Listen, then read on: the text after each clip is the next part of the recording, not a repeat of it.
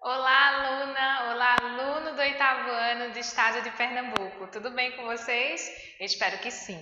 Eu sou a professora Giselma Alves e vim contribuir com vocês hoje nos conhecimentos para a aula de língua portuguesa. A gente vai trabalhar hoje com produção textual, mas de uma maneira mais prática, voltada para o social realmente. Para que a gente possa entender os limites desse social e da intenção da aula de português de produção textual hoje, vamos se debruçar um pouco sobre o tema da nossa aula. Olha o slide. A gente vai trabalhar com contexto de produção textual, circulação e recepção de textos e práticas relacionadas à defesa de direitos e à participação social. Então, o que é que eu quero dizer com isso? Eu quero dizer que a gente vai aprender a produzir textos que vão impactar nessa questão da defesa dos direitos sociais e individuais de vocês. A gente vai ver que a aula de língua portuguesa, principalmente as aulas de produção textual, ela pode impactar positivamente na construção de uma sociedade melhor. Então, como é que a gente vai fazer isso tudo, professora? Vamos entender o objetivo da nossa aula de hoje? O que é que eu pretendo estimular na cabecinha de vocês? Volta para o slide. Hoje a gente vai estudar canais e modos de participação social próprios da defesa de direitos e da participação política. E utilizaremos o WhatsApp como ferramenta de atendimento ao cliente, ou seja, o canal de participação social em defesa de direitos.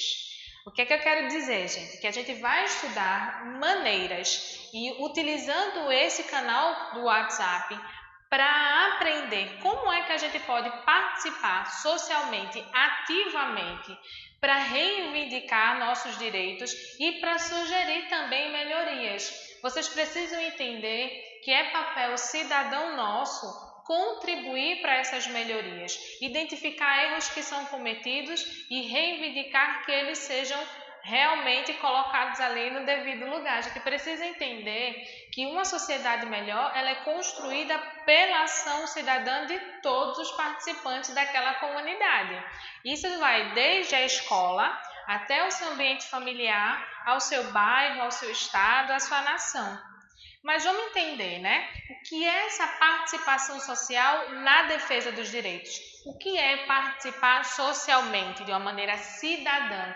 E como isso vai impactar com relação a melhorias na minha comunidade e na minha sociedade?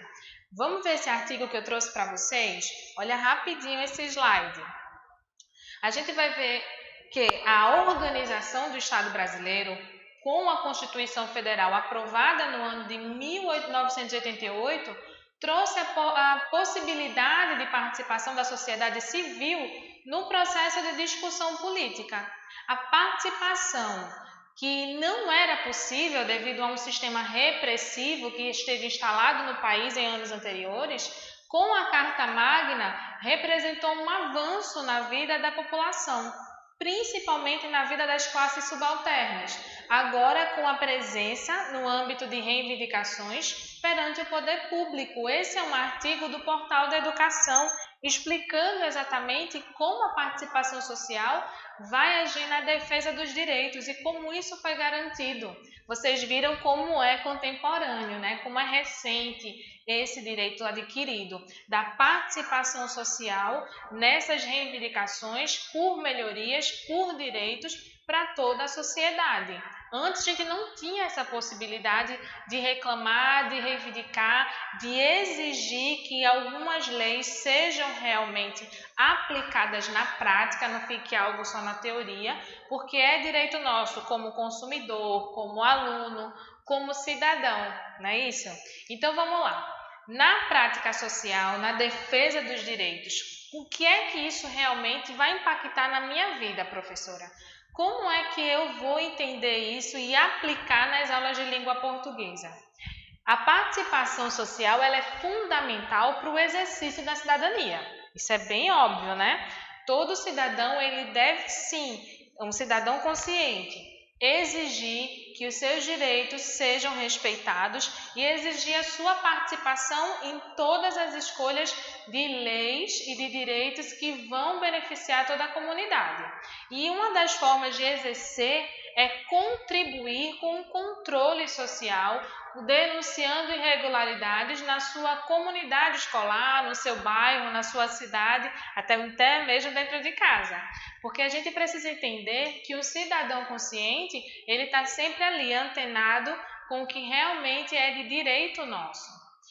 Para que a gente possa entender a relação disso tudo que eu estou falando com a produção textual e as aulas de língua portuguesa, eu trouxe para vocês uma problematização. Então vamos problematizar, né? Primeira coisa, eu vou perguntar para vocês, como é que as pessoas do seu bairro resolveriam o problema de falta de transporte público, no caso ônibus, ou a demora entre um ônibus e outro, naquela linha específica que está atendendo ali a sua comunidade? Como é que vocês acham que as pessoas que compõem o seu bairro iriam reagir? Iriam ficar só falando, reclamando na fila do ônibus? Ou iriam ficar ali quebrando o ônibus, fazendo pichação, fazendo tudo que está de errado, né? Imagina, como é que elas reagiriam? Imaginou?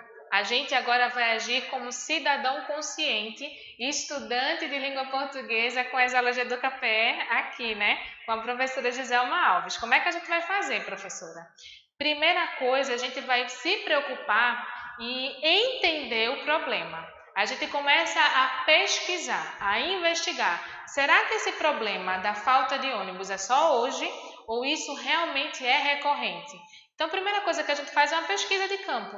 A gente começa a perguntar às pessoas se isso é comum de acontecer, se esse tipo de situação ela atinge a todos ou é só aquele horáriozinho ali, aquele grupo específico, e mesmo que seja, vocês vão tudo sendo relatado, anotado, né? Depois de a gente entrar em contato com as pessoas, a gente precisa escrever, lembrando sempre disso.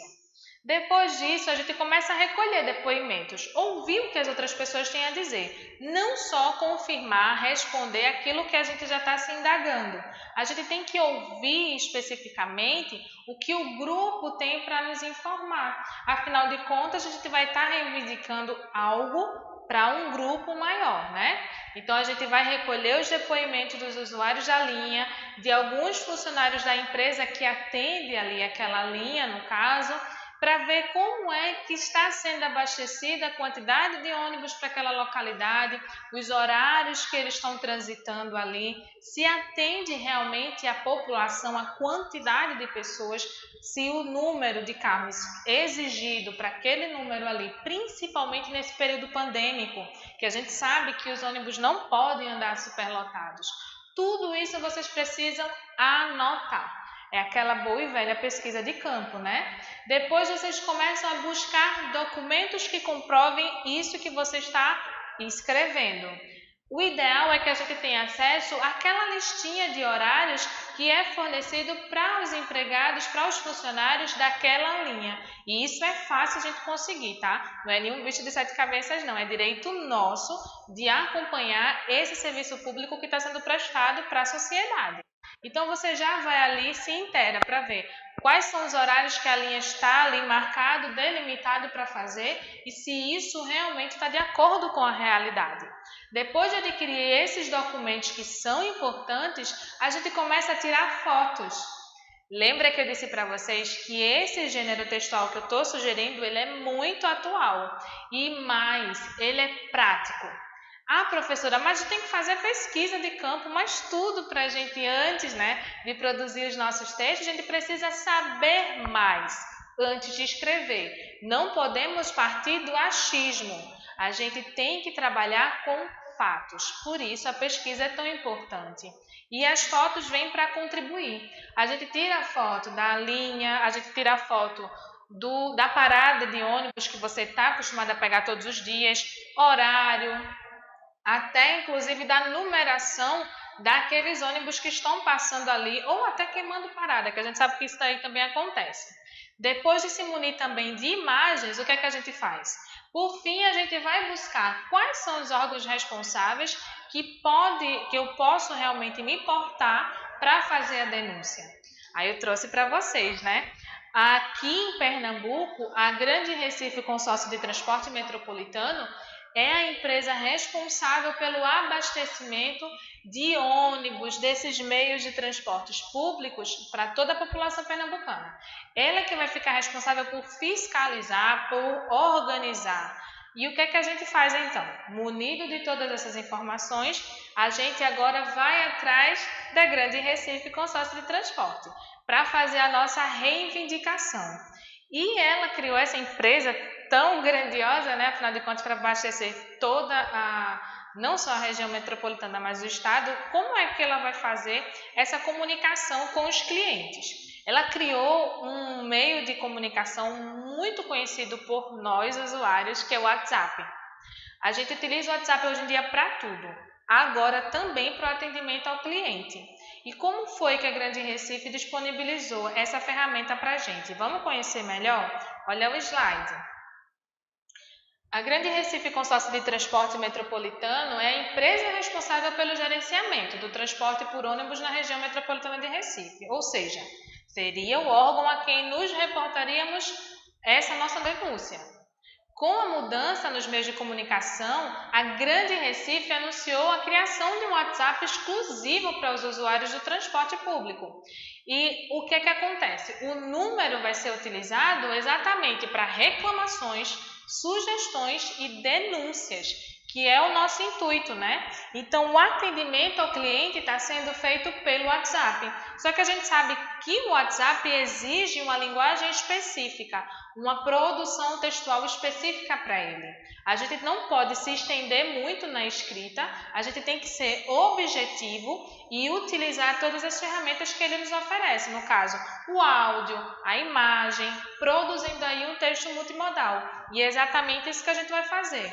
Munido das informações adquiridas durante a pesquisa de campo, você vai pegar todas as informações adquiridas por documentos, por imagens, por relato dos usuários, você vai criar a sua mensagem de sugestão, de denúncia, de reclamação, né, para a empresa. Partindo ainda dessa ideia da problemática que eu sugeri para vocês. Então, vamos voltar para o nosso slide? O que é que a gente vai fazer então com essa mensagem enviada pelo WhatsApp? O atendimento ao cliente é um meio pelo qual as empresas buscam ouvir os seus clientes quanto ao serviço prestado. E o WhatsApp vem se tornando uma ferramenta muito útil quanto a essa comunicação rápida e eficaz, porque ela não se limita à Grande Recife não, tá? E a ideia é que o aplicativo seja utilizado pelos usuários que estejam nas paradas de ônibus, que estejam nos terminais integrados, no caso os TIs, né? As estações de BRT, onde não se possui um telefone fixo para se denunciar. E assim será possível registrar em tempo real a queima de paradas, o não cumprimento do quadro de horário, a falta de urbanidade e das demais reclamações que a gente tem em mente, que a gente sofre na pele, né? Como usuário, que a gente não tem pouca coisa para reclamar, a gente tem muita coisa para reclamar. Então, estou ensinando a vocês como fazer isso de uma maneira cidadã. Partindo desse princípio, é importante a gente lembrar que para registrar todas essas informações, a gente precisa seguir um protocolo. E que protocolo é esse? Esse protocolo também é sugerido pela própria Grande Recife. Vamos para o slide para a gente ver o que foi que ela sugeriu? Que quando você for informar, você informe o nome da empresa operadora, o nome da linha, número do veículo, data, hora, local da ocorrência, ponto de referência e sentido da viagem. Por isso, a importância das informações pesquisadas anteriormente. Pelo aplicativo, os passageiros também poderão enviar fotos, vídeos de até 30 segundos, a mensagem de voz também, e será aberto um número de protocolo e informado ao usuário. O retorno dessa reclamação, ela pode ocorrer através do próprio WhatsApp ou de ligações telefônicas. Ou seja, gente, o que a gente está produzindo aí é um gênero textual específico. É um texto reivindicatório, é um texto que está ali exercendo a nossa cidadania através da prática social, da reivindicação de direitos e mais, está mostrando como a gente pode utilizar os conteúdos adquiridos nas aulas de língua portuguesa na prática. Na prática social, vocês vão utilizar uma linguagem adequada, sem a utilização, por exemplo, de gírias. É uma linguagem formal, vocês estão tendo uma escrita cidadã consciente e vocês precisam seguir protocolos. E mais, a resposta que vem para vocês também vai ter essa mesma formalidade. Afinal de contas, vocês estão exercendo a sua função social, política e cidadã. Vocês vão receber um número de protocolo e esse número de protocolo é que vocês vão utilizar para todas as vezes que a sua reivindicação não for atendida. Você pega aquele númerozinho, volta a reivindicar a Grande Recife porque ainda não foi atendido o seu direito. Viu como é que a gente faz? É simples, é rápido, nem tanto. O que a gente precisa é ter consciência de que as aulas de língua portuguesa não se restringem a decorar as classes de palavras, o uso dos sinais de pontuações. É óbvio que isso é muito importante também, principalmente para um momento como esse, para que a linguagem não fique duvidosa, não tenha ambiguidade, para que a gente seja objetivo, técnico, claro também, né?